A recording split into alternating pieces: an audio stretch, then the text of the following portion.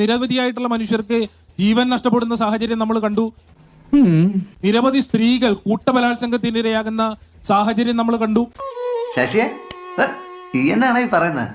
അതിനെതിരായിട്ടുള്ള രാഷ്ട്രീയ മുദ്രാവാക്യങ്ങൾ ഉയർത്തി ഞങ്ങൾ തെരഞ്ഞെടുപ്പിനെ നേരിടുന്നത്.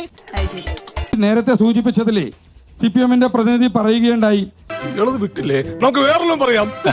പിന്നെ മണിപ്പൂരിലെ സ്ത്രീകളെ വിലപിക്കുന്നതിനെ കുറിച്ച് പറഞ്ഞു.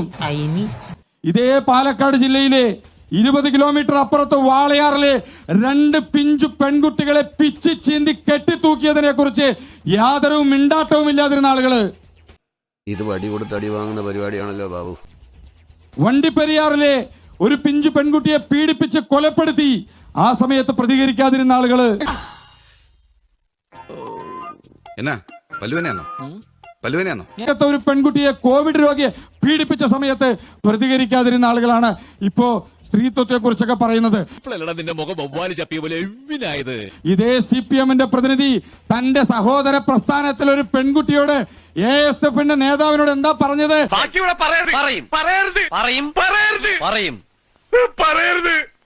തന്തയില്ലാത്ത കുഞ്ഞിനെ ജനിപ്പിച്ചു പറഞ്ഞ ആളാണ്. ഈ ഇരിപ്പിൽ അങ്ങോട്ട് സമാധിയായാൽ മതിയായിരുന്നു. അത് കൊള്ളാം.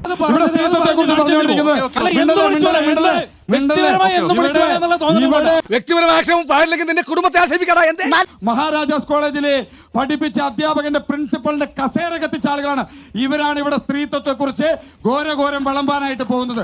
ഈ കിട്ടുന്നതിലേക്ക് എനിക്ക് സന്തോഷമേ ഉള്ളൂ. ഇനിയും കിട്ടാൻ വേണ്ടി ഞാൻ പ്രാർത്ഥിക്കാം. അതുകൊണ്ട് ഇത്തരത്തിൽ പറയുന്ന സമയത്ത് തങ്ങൾ എന്തൊക്കെ മുൻകാലത്തിൽ ചെയ്തിട്ടുണ്ട് എന്ന് ഓർക്കുകയെങ്കിലും ചെയ്താൽ നന്നായിരിക്കും.